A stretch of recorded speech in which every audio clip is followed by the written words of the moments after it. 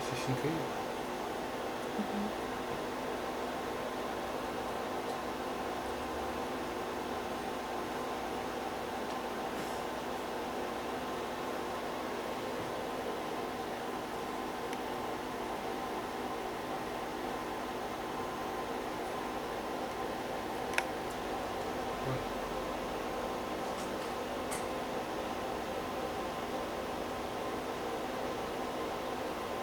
Tá virado, tem que ver aqui a câmera.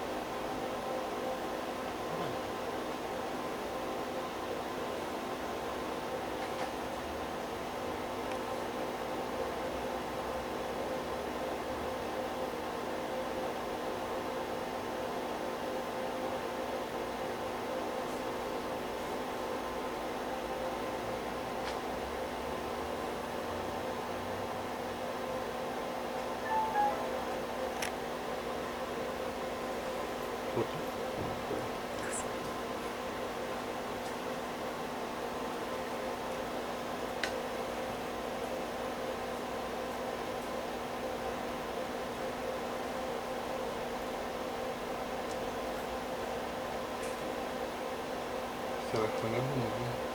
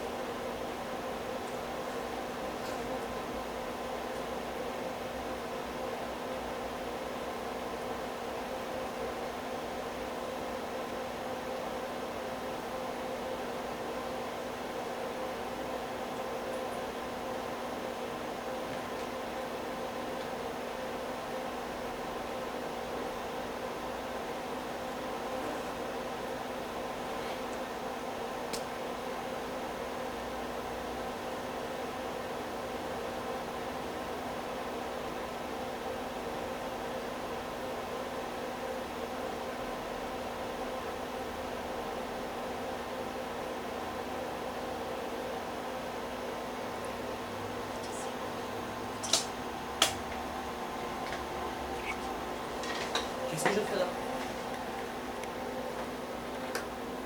Que font ces yeux? Jetés dans ma direction. Que cherche-t-il? Je sais. Non, je ne sais pas.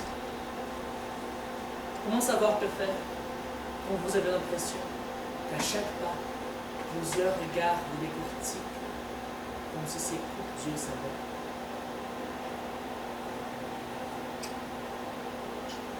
Faut te voir pour voir si je suis.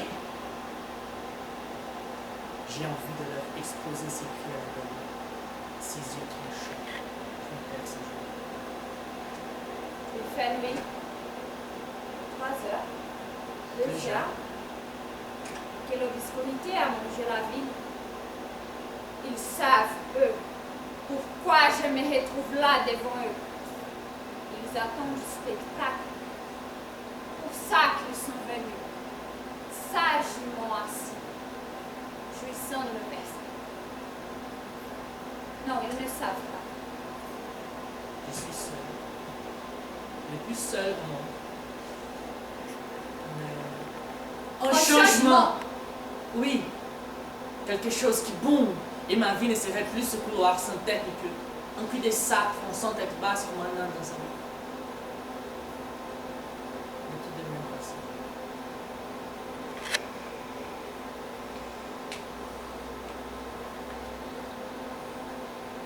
Que vouloir d'autre que ne serait-ce que cette nuit, un sabori de vie. Lorsqu'on a mon âge, mais qu'on ne porte pas ce bel âge, parce que la lassitude, le corps qui a connu le temps, mais tout de même, pas ça.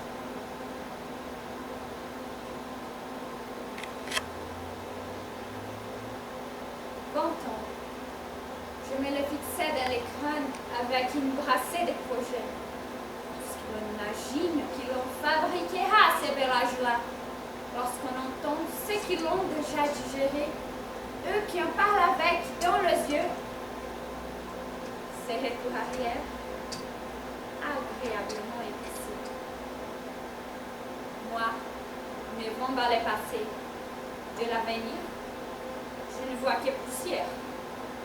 Bien sûr, j'essaie de me projeter dans le futur, mais je bute contre un avenir imbécile et têtu comme une statue de dictateur africain ou un missile de désastre américain. L'âge devient pathétique. L'impression de me vider un spectacle devant ses yeux savent tout de moi, et malgré tout, me dépouille encore. Non, ils ne savent pas. Ils ne peuvent rien, absolument rien, se mettre de moi sous la dent. Ce que même moi, difficile d'y croire. Bien sûr, autre chose, j'ai toujours désiré. Tout de moi, facile.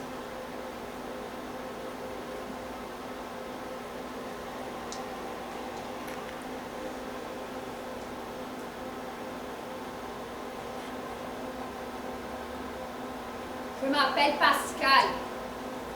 Je dois le répéter souvent, sinon je me laisse ronger par cette phrase. Pascal, sans eux. Ça aussi, je dois le préciser. Je suis du sexe masculin. Je sais, cela ne se voit pas beaucoup, mais un beau matin se retrouver au lit dans un corps de femme. Je me suis sentie dans des bras. M'attraquer la tête, que ses corps, ses sons, ses lèvres, et tout ce qui est venu avec un beau matin n'est qu'une grosse blague. Ne pas croire à l'image qui me jette le miroir. Du pur cinéma, le réalisateur suggéra d'un instant à l'autre. Coupez! C'est dans la boîte, les enfants! Je retournerai me loger dans ma vie habituelle de garçon de 20 ans. Non. Ce corps persiste. 5 jours déjà. Des nuits. Sombres. Tous regardent que je devine sur moi comme des flèches penchues. Ces points acérés s'excitent à voir un prédateur transformé en une proie toute fraîche. 5 jours déjà, dans les gouffres de la farce qui passe. Et pourtant, je me refuse à y croire. Je suis certainement sur une scène devant un public qui à la fin applaudira. Et moi, dans ma loge, le miroir m'offrira enfin ma tranche de garçon. Pas le mec génial du siècle, mais charmant et avec 7 sur 10 sur l'échelle de bogosité, comme disent souvent les filles. Mais elle est toujours là, seule ces 10 mois, et voudrait qu'on l'appelle Pascal avec lui.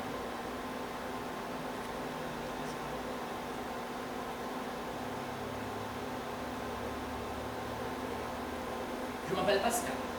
Pascal avec eux. Je me le répète souvent. Depuis que c'est arrivé, je me le répète.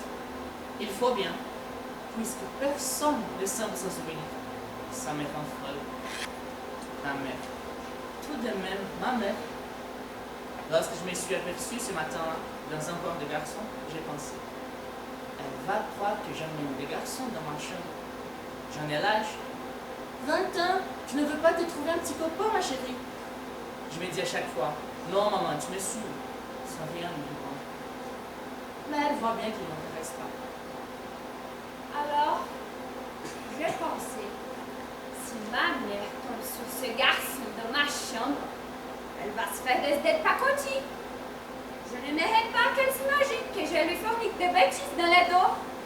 Mais, un jour, qu'elle m'a dit en me voyant ce matin-là, tout m'est rappelé.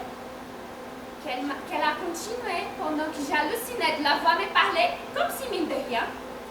Il se souvient brusquement que l'un garçon, ton père, après 10 années de silence, et il t'envoie ceci pour ton anniversaire.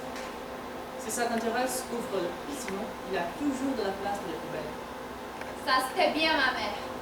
Une délicatesse à fleur de peau. Mais ma mère, à ce niveau de changement, tout de même, trouvait normal de me voir un garçon, le cadeau de mon père. Une paire de chaussures pour homme. Je parcouris ma chambre, mes affaires, c'était une chambre de garçon. J'ai suffoqué. Depuis, là se dérobe ma respiration. 3 jours déjà que j'ai quitté la maison et que je vais droit devant. Ce cauchemar-là, ne plus rien savoir de moi, me pousse vers, Je ne sais pas. M'arrêter pour dormir quelque part. Un garçon doit bien pouvoir se poser tranquille ici. Une fille pourrait allumer les regards, les entrants, les actifs. Mais dans un corps de garçon, il n'a pas ces rendus de soucis. de l'heure. Merde, je marche comme une fille. Je flaire de regards affamés. Tout autour, partout, dans les moindres recoins. Est-ce qu'un garçon pense d'un autre qui fait tout comme une fille à 7 heures de la nuit dans un coin pareil?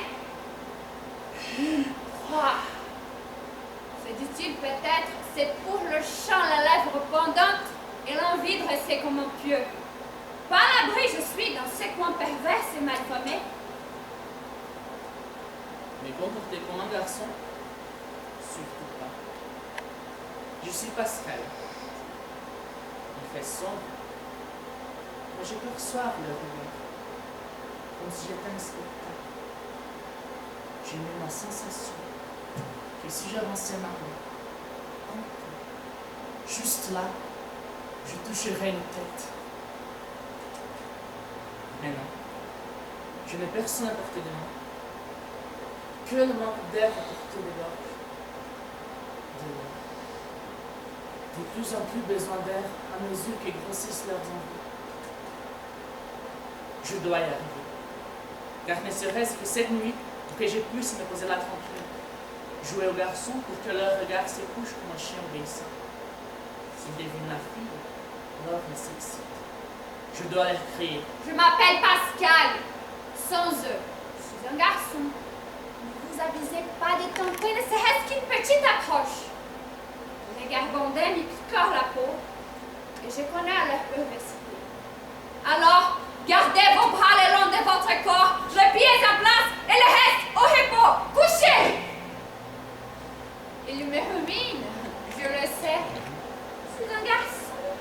Alors, forcément une fille, toute seule, la nuit. Je suis bien placée pour savoir les envies qu'elle se ferait grimper au ventre. Non. Je suis seule, je le sais. Ceci, juste une impression. C'est seulement ceci. Moi, cette nuit, dans ce corps-ci de l'autre, pourrait naître compression. Ça n'arrive pas à la réalité. Se retrouver transformé en fille d'une nuit au lendemain. J'en ai lu nulle part que c'est déjà arrivé à quelqu'un d'un seul coup. Merde. Ça me remet l'homme à l'intérieur, cette sensation d'être. Il y a 10 jours, je me rappelle, j'étais à la manif, sur la grande place de l'indépendance.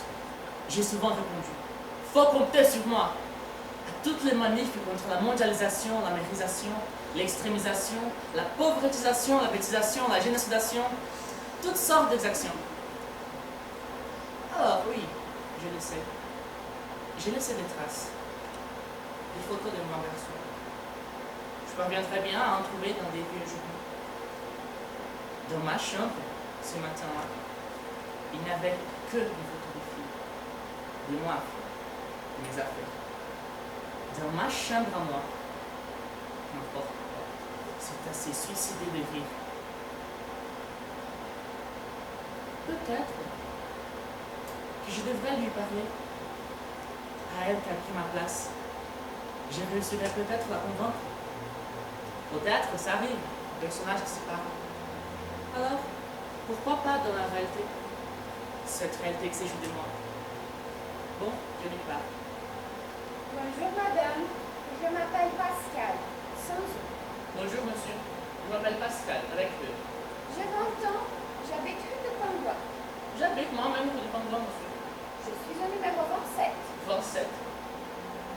Mais moi aussi, monsieur.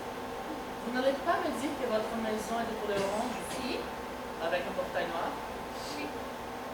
Et un code 27 407? Oui. Vous habitez avec votre mère? Oui. Votre père est parti il y a 10 ans? Oui. Vous aimez les chocolats? Oui. Quelles étranges coïncidences! Oui. En effet. Ce ne sont pas des coïncidences, monsieur. Vous avez pris ma place. Tiens, je comptais vous dire la même chose.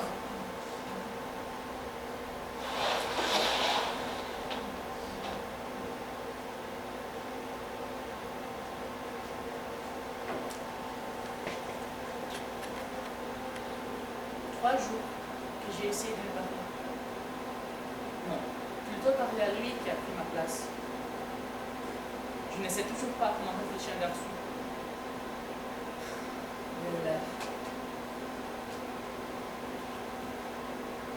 Je viens de me parler. Non, plutôt parler à elle qui a pris ma place.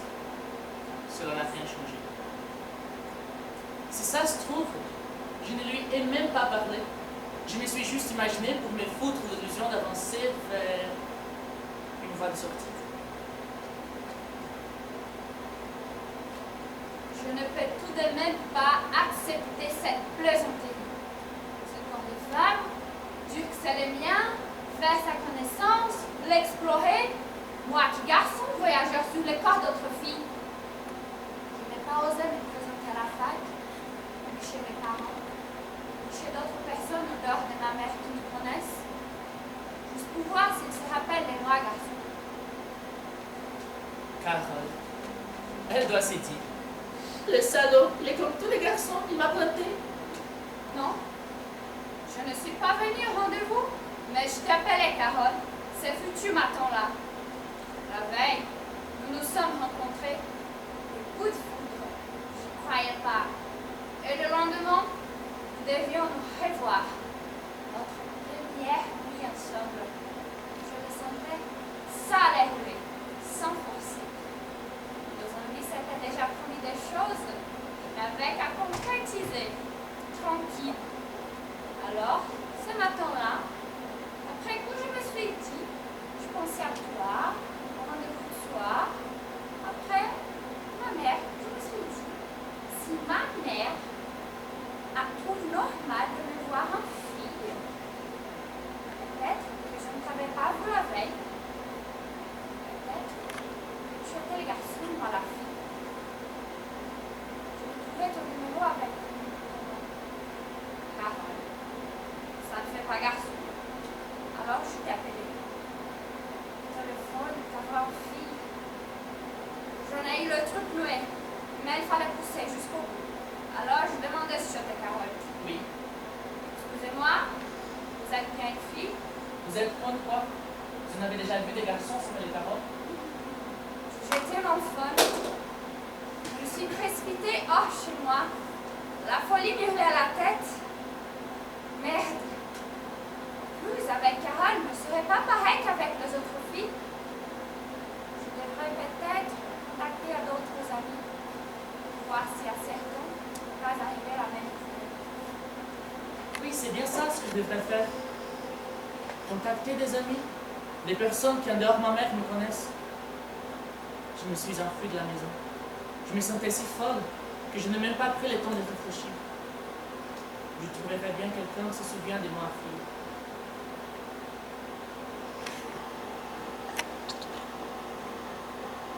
C'est vrai que je sentais ma vie tenue à la gorge. Ma mère, abandonnée par mon père. Que mes amis, dont le parent ont divorcé, Les magouilles, les hommes d'État qui défendent son vie d'exemple. les attentats, Les guerres. le famine dans le monde.